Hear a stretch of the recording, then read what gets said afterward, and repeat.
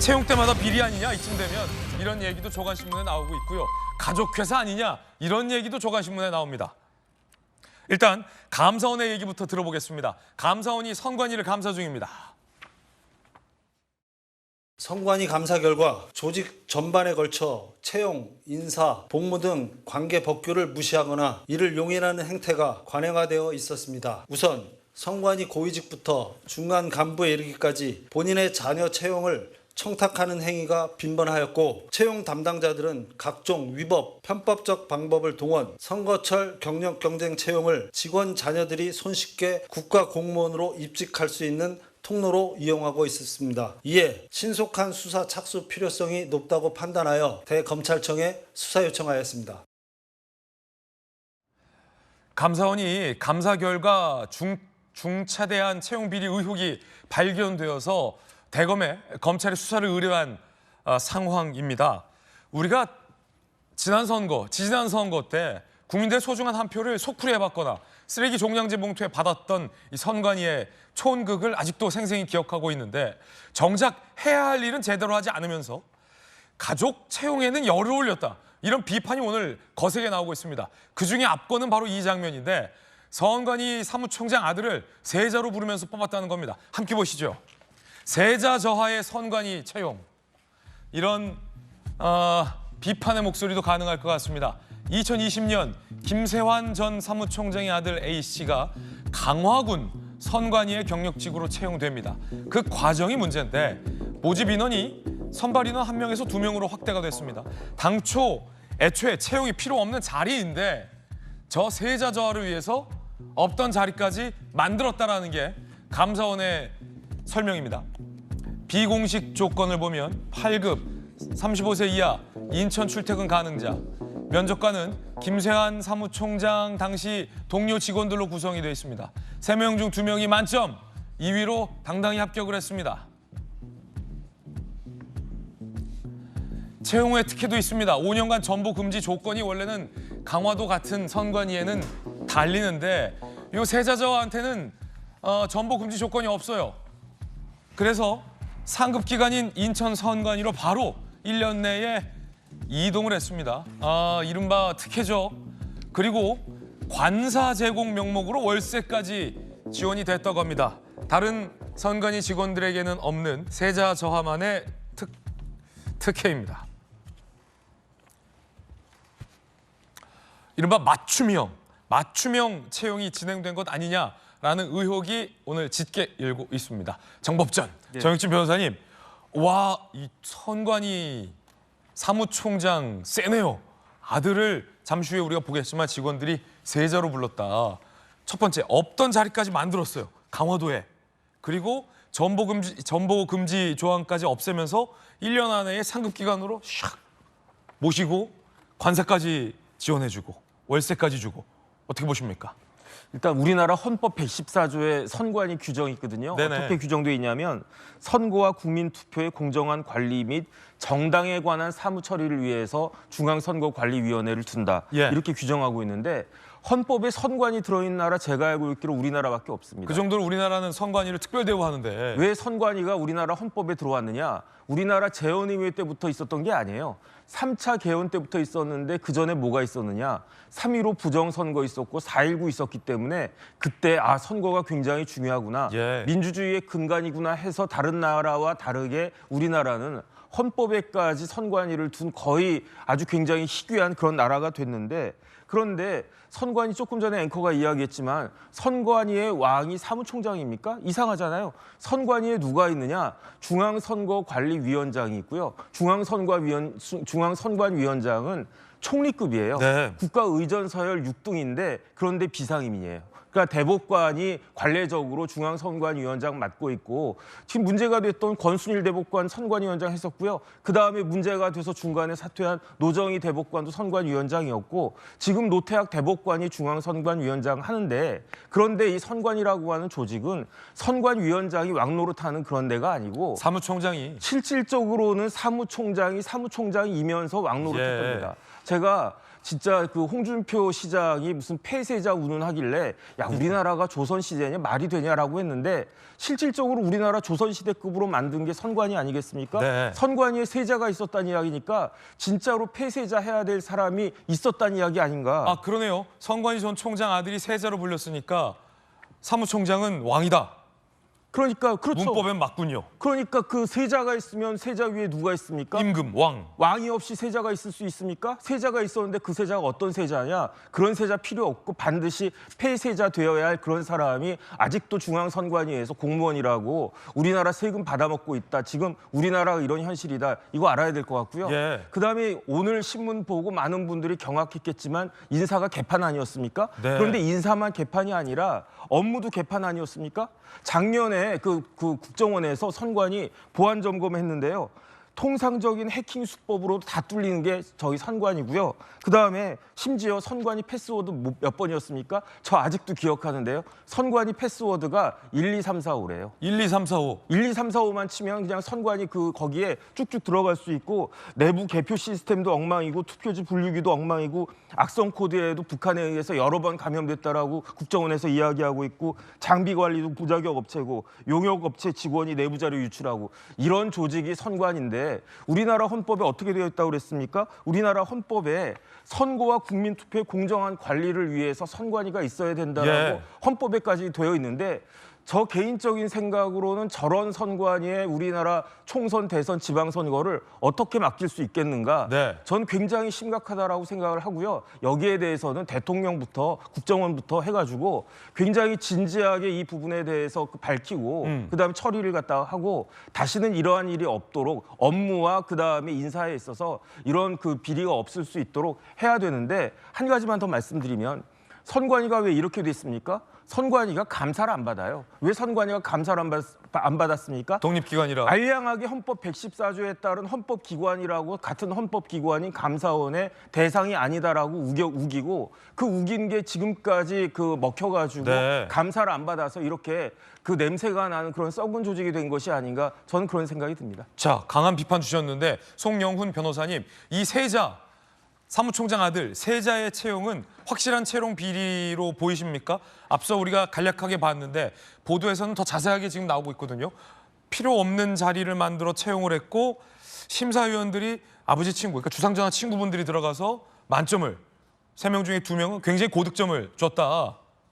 그리고 뭐 여러 가지 특혜를 줬다라고 하는데 채용 비리로 보입니까? 채용 비리로 보이죠. 3명 중에 2명의 면접관이 만점을 줬는데 그 뭐 면접관 중에는 김세환 당시 사무차장의 그 결혼식에서 그 축의금을 받으신 분도 있다는 거 아닙니까? 그래요? 예, 뭐 그랬다고 지금 언론 보도에 나오는 것 같아요. 어허. 그런 내용이 있고 그다음에 원래 이게 없는 자리를 지금 필요 없는데 추가로 뽑은 거 아닙니까? 예. 1명을 채용한다고 공고를 했다가 이걸 2명을 늘렸단 말이에요. 그리고 아니 축의금을 걷는 사이면은 굉장히 믿을 수 있는 사이일 텐데 그리고 축의금도 걷고 여기서 세자 채용 때 면접도 하고. 그렇죠.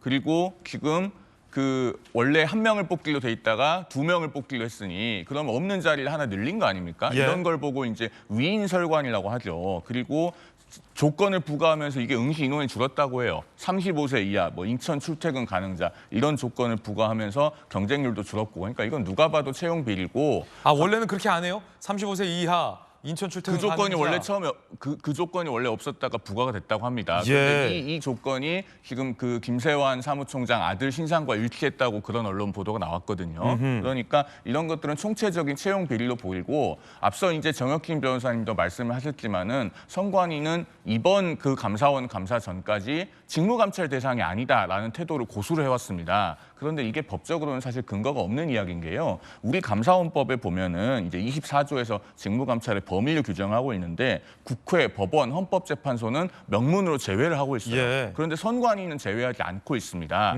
이 제외하는 국회, 법원, 헌재를 제외하는 조항이 95년에 신설돼서 들어와요. 신설돼서 들어올 때 선관위는 제외 대상에 포함을 안 시켰거든요. 그 얘기는 직무감찰 대상이란 얘기예요. 그런데 선관위는 자꾸 자기들은 직무감찰 대상이 아니라고 우겨서 지금까지 감사를 네. 안 받았기 때문에 이런 일들이 드러나지 않았다라는 점을 꼭 강조해서 말씀드립니다. 그렇군요. 김세환 전 총장의 아들 채용 건 물론 2022년 경찰이 무혐의로 사건을 종결했는데 감사원이 보니까 아니 경찰이 어떻게 이걸 무혐의로 종결했지? 이상하다라면서 다시 한번 이번 건에 대해서 검찰 고발을 진행하고 있는 건입니다. 한국일보 보도를 보니까 송 변호사님 말씀하신 부분이 취재가 돼서 나오네요. 김세환 전 총장 결혼식에서 축의금을 접수했던 선관위 직원이 면접에 투입돼 만점을 주었다라는 겁니다. 이 명백한 채용 비리로 보인다라는 의견 주고 있습니다. 자, 그러면 김세환 전 사무총장 측 해명은 뭘까요? 당사자 해명도 필요할 것 같습니다. 해명 들어보시죠. 직원들이 알아서 특혜를 준 것 같다. 어휴, 나는 몰랐다. 의도한 바 없고 지시한 바 없다. 직원들이 알아서 특혜를 준 것 같다라고 감사원에 해명을 한 걸로 보도되고 있습니다. 그러면 진짜 주상전화 맞네요. 김영주 의원님. 네. 시키지 않아도 내가 모르게 아들까지 세자까지 밑에 직원들이 챙길 정도면 정말 몰랐을까요? 해명은 이렇게 하고 있는데. 글쎄요, 그 사무총장의 아들, 딸이 있는지를 왜 직원들이 알아야 되죠? 알아서 챙겨줬다는데요. 네. 저는 우선 오늘이 노동절 아닙니까? 예. 노동절은 원래 노동자, 근로자들의 근로 의욕을 고취시키기 위해서 근로자의 날. 날인데 지금 우리 지금 다루고 있는 내용 자체가 근로 의욕을 저하시킨다. 저하시키는 맞네요. 아주 오늘에 적절하지 않는 예. 그런 날입니다. 네가 아버지 누구야? 뭐 그러니까 영화에서 아파트 유명한 한수를 대화 쓴- 있잖아요. 그래서 제가 앞으로는 이 선거관리위원회를 예. 정부조직법을 바꿔서 정부조직법 바꿔서 노동부 장관 산하로 가야 된다. 이런 거 못하게 예. 나는 그런 생각이 들어요. 예. 이런 정도로 할 것 같으면. 고용노동부 밑으로. 아니면 그 과학기술부 장관 밑으로. 과기부는 왜요? 사실은 선거 지금 부정선거 의혹이 많은데 말하자면 주총 같은 데는 이미 블록체인 기반으로 다 해서 예. 개표 검사에 전혀 문제가 없도록 합니다. 선관위가 너무 올드 패션이다. 실제적으로 그러니까 조직 문화 자체가 올곧겠습니까? 선거 관리라고 하는 것은 매우 중립적이고 합리적인 건데 뭐 이렇게 짬짬이로 자기네들끼리 해먹는 그런 조직이 어떻게 공정한 선거 관리를 할 수 있는 주체가 될 수 있느냐. 더군다나 그야말로 맞춤형 채용이잖아요.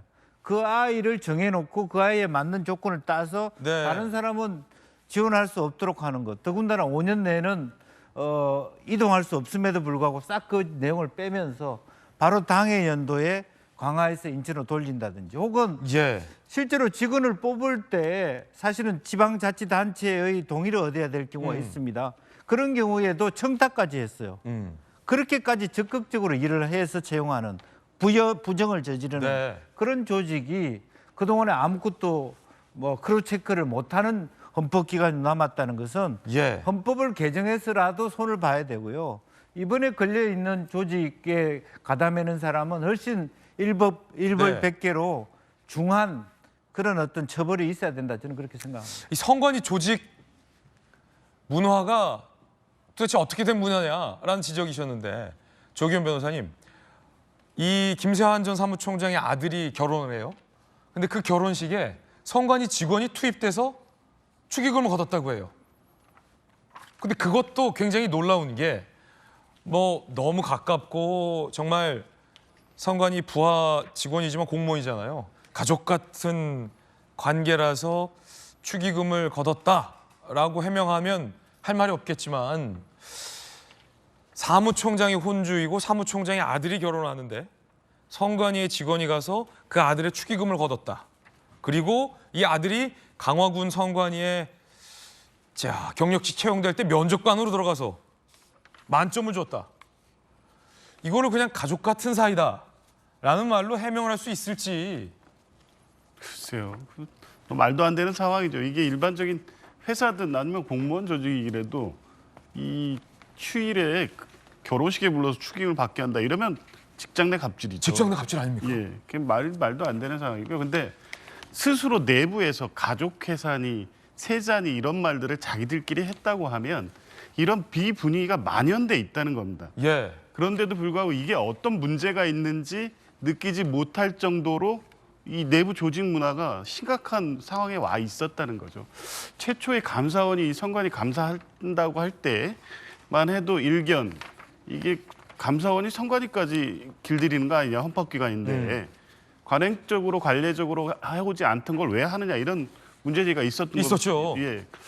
근데 이제 뭐 왜 지금까지 왜 안 했는지에 대해서 오히려 감사원이 비판을 받아야 될 정도로 심각한 문제가 있었다는 거죠. 내부의 감찰 기능도 완전히 무력화돼 있고 실제 사무총장까지 가는 이 고위직에서는 당연히 누려야 될 특혜로 생각하는 분위기까지 있지 않은가 정도 예. 생각이 듭니다. 어쨌든 이 검찰 수사 의뢰가 됐고 아직 추가적인 어떤 감찰도 더 있을 것 같아요.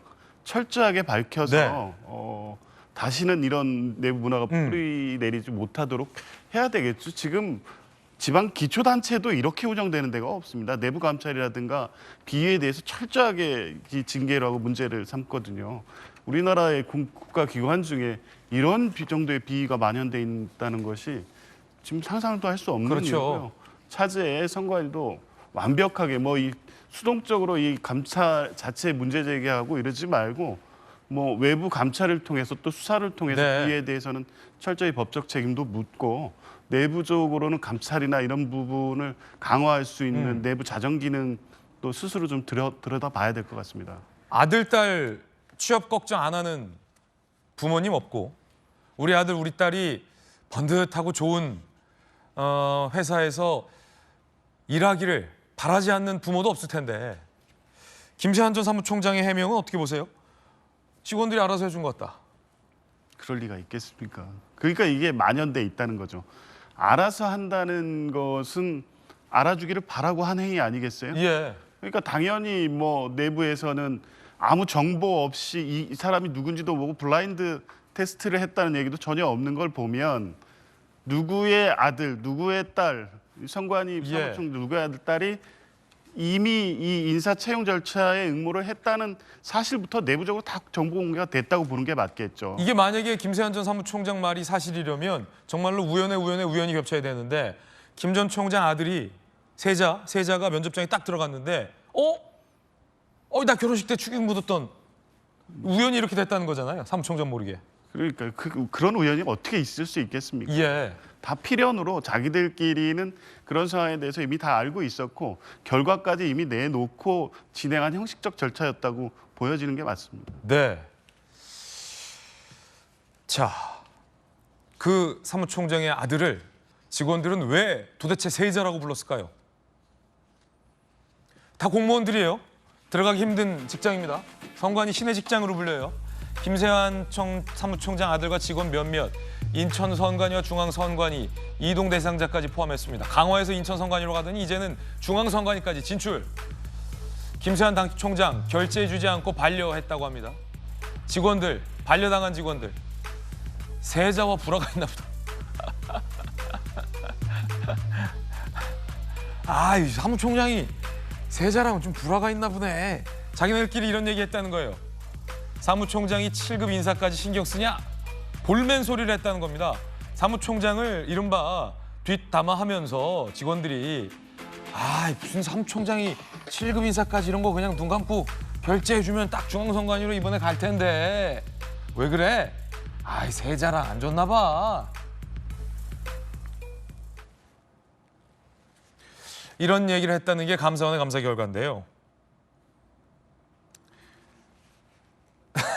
세자와의 불화하면 저희가 조선시대 때 사도세자를 떠오르잖아요. 아버지 영조와의 극한 불화 속에서 20대 후반에 이제 사도세자가 뒤주에 갇혀서 아사당했던 조선의 어떤 비극적인 사건. 선관위 공무원들이 그 사도세자까지 떠올렸는지 모르겠습니다만 사무총장이 세자와 불화가 있는 것 같다. 정혁진 변호사님, 그 사무총장의 그 선관위 직원들이라는 생각이 드는데 기가 막힙니다. 저는 좀 달리 해석이 되는데 그 임금님하고 세자 사이에 불화가 있었던 게 아니고 그 직원들이 세자한테 찍혔다는 이야기 아닌가? 그러니까 사무총장이 그 결제를 해줘야 그래야지 이제 좋은 자리로 이동할 수 있는데 네. 그런데 사무총장이 결제를 안 해줬다는 걸로 저는 해석이 돼요. 그래서 왜 이 직원들한테 당연히 인사가 나야 될 직원들한테 인사가 안 나느냐. 알고 봤더니 자기 밑에 있던 그 직원이 있는데 7급인지 9급인지 8급인지 모르지만 자기 밑에 있던 하위 직원이 있었는데 하위 직원인 줄 알았더니 알고 봤더니 세자야. 그래가지고 그 세자가 임금님한테 쪼로록 전화해가지고 임금님 총장님 이 과장님은 딴 데로 가면 안 안 됩니다. 이렇게 이야기를 해서 그 인사가 막힌 거 아닌가? 저는 사실은 그렇게 이해를 했었거든요. 근데 그 이제 이 중앙선관위로 가는 명단에 그 세자도 포함이 돼 있다라고 하는 걸로 봐서 같이 네네. 좀 불어가 된 걸로 보여요. 그래서 어쨌든 그건 모르겠는데 네. 그 선관위 내부에서 실질적으로 이상한 일들이 벌어졌으니까 그러면 왜 이렇게 이상한 일들이 벌어졌지? 따지고 보니까 결국은 세자 마마가 나타날 수밖에 없는 그런 구조가 됐다. 그러니까 2024년 이 대명천지에 2020년이 넘어간 이 대명천지에 다른 그 기관은 모르겠지만 적어도 선거관리위원회는 조선시대 때랑 거의 똑같은 그야말로 뭐 위인설관도 되고 자기 마음대로 매직도 되고 조선이 왜 망했습니까? 거의 막 고종 말년이나 이럴 때에는 그냥 돈 주고 매직이 횡행했다라고 그때 이제 역사책에 다 나와 있거든요. 이런 것과 큰 차이가 있나 저는 그런 생각이 들고요.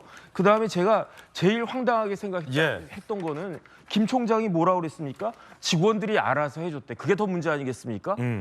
옛날에는요 높은 분들이 어떻게 이야기했냐면 물어볼 때 그거 어떻게 됐어? 이렇게 물어본다고요. 네. 그럼 그걸 어떻게 합니까?